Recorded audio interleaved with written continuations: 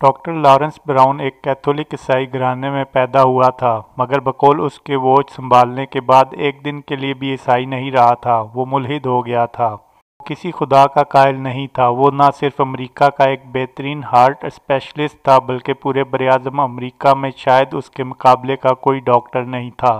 وہ دنیا بھر میں لیکچر دیتا پھرتا تھا۔ اس کی ڈیوٹی امریکہ کے بہترین اسپتال میں تھی جہاں رونالڈ ریگن کو گولی لگنے کے بعد فوری طور پر شفٹ کیا گیا تھا۔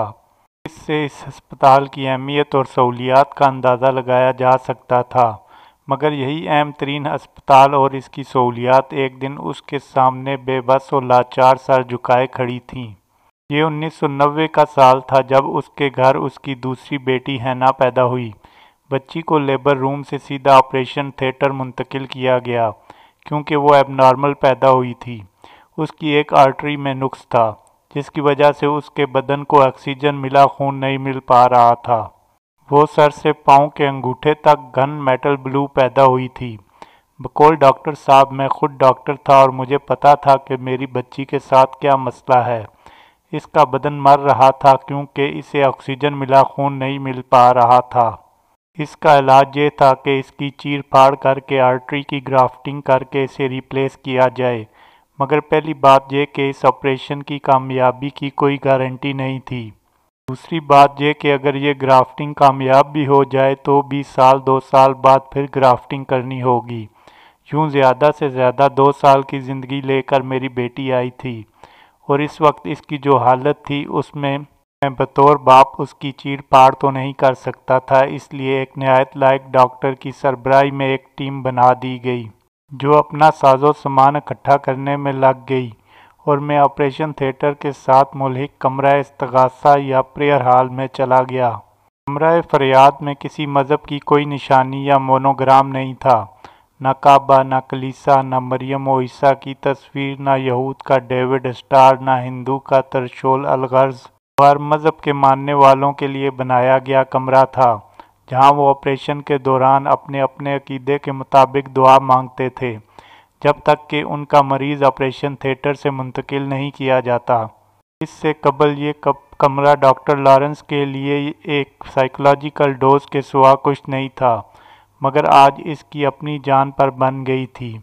بقول ڈاکٹر لارنس میں نے آج تک جو چاہا تھا اسے ہر قیمت پر حاصل کر لیا تھا، چاہے وہ پیسے سے ملے یا اثر و رسوخ سے۔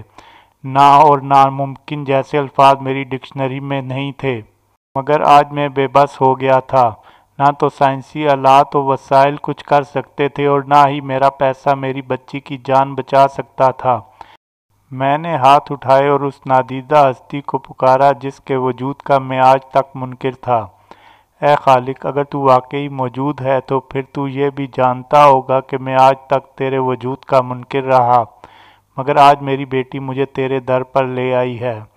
اگر واقعی تیرا وجود ہے تو پلیز میری مدد فرما۔ اسباب نے جواب دے دیا ہے۔ اب میری بچی کو اگر کوئی بچا سکتا ہے تو صرف اس کا بنانے والا ہی بچا سکتا ہے۔ وہی اس فالٹ کو درست کر سکتا ہے جس نے یہ بچی تخلیق فرمائی ہے۔ اے خالق، میں صدقِ دل کے ساتھ تجھ سے وعدہ کرتا ہوں کہ اگر تو میری بچی کا فالٹ درست فرما دے تو میں سارے مذاہب کو اسٹڈی کر کے ان میں سے تیرے پسندیدہ مذہب کو اختیار کر لوں گا اور ساری زندگی تیرا غلام بن کر رہوں گا۔ یہ میرا اور تیرا عہد ہے۔ میں نے صدقِ نیت سے یہ پیمان کیا اور اٹھ کر آپریشن تھیٹر میں آیا۔ مجھے زیادہ سے زیادہ 15 منٹ لگے ہوں گے، مگر جب میں آپریشن روم میں آیا تو وہاں کی بدلی ہوئی فضا کو میں نے ایک لمحے میں محسوس کر لیا۔ وہاں افراتفری کی بجائے سکون و اطمینان تھا۔ ٹیم کے سربراہ نے سر گھما کر مجھے دیکھا اور بولا، بچی کے آپریشن کی اب کوئی ضرورت نہیں۔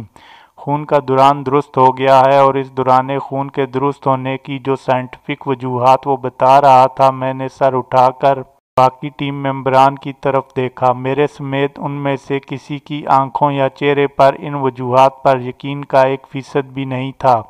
ہمیں معلوم تھا کہ یہ صرف باتیں ہیں، ان میں حقیقت نام کی کچھ چیز نہیں۔ البتہ مجھے پتا تھا کہ میرا ایگریمنٹ خالق کی طرف سے انڈورس کر لیا گیا ہے، اور آرٹری کی خرابی اسی خالق نے جھٹ سے درست کر دی ہے۔ اس سے پہلے میری پہلی بیٹی کی بار بھی ایک سگنل مجھے خالق کی طرف سے ملا تھا۔